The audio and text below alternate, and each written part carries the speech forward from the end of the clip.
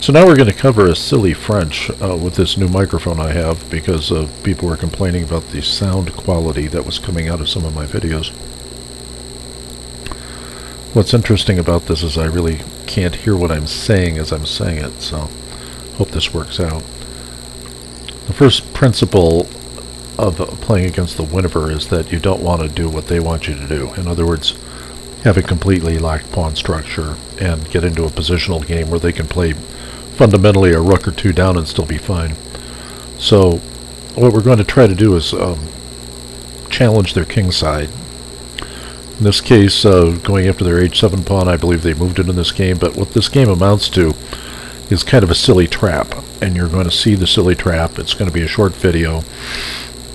You're going to notice that even a strong player can fall into a silly trap.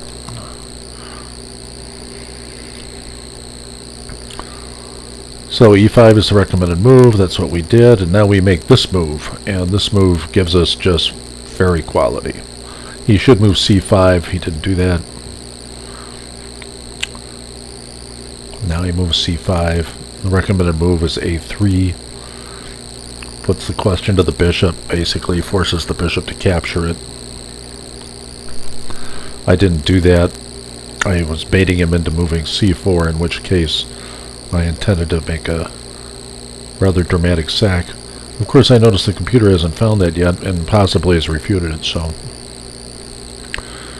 he saw that and decided he didn't want any part of the h7 sack, which is one of our basic principles of dealing with the Winiver.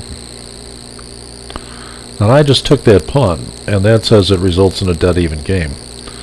And the recommended move was knight to g6, but he attacked my e-pawn, and in doing so, he allowed knight to b5, which gives me a small advantage, but I doubt I played that. I didn't.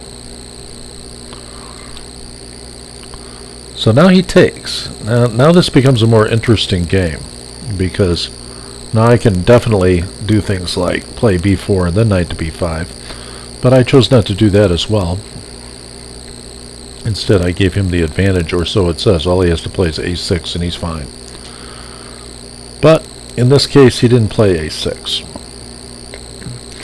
Moved his knight over, and I believe that the recommended computer move at this point was bishop to g3. I took the knight. Now it says this gives him a significant advantage. I should move bishop to g3, which I don't. I move my queen up. And now it says g5 is the right move for black. Instead, he makes this interesting maneuver. The computer says I should castle kingside, which I probably did. Castling queenside is a kind of a risk at this point, letting me have that f-pawn. And now, of course, as you see, he makes a ridiculous capture. It loses in so many particular ways, it's like hard to count them all. I think he's depending on the fact that my bishop on f4 is attacked in some way, and that my queen is somewhat tied to that, and overloaded to some extent. So we'll see what happens. It says he has to move queen to d8, and he captures there and loses the game instantly.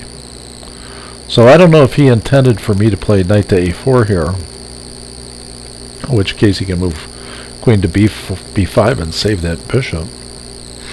But I simply shifted over there and the game ended. So it was a ridiculous blunder. And, you know, normally you don't see somebody rated like in the 2000 and up world doing that sort of thing, and I can't really explain why they did it. But it was instructive just from the basic, you know,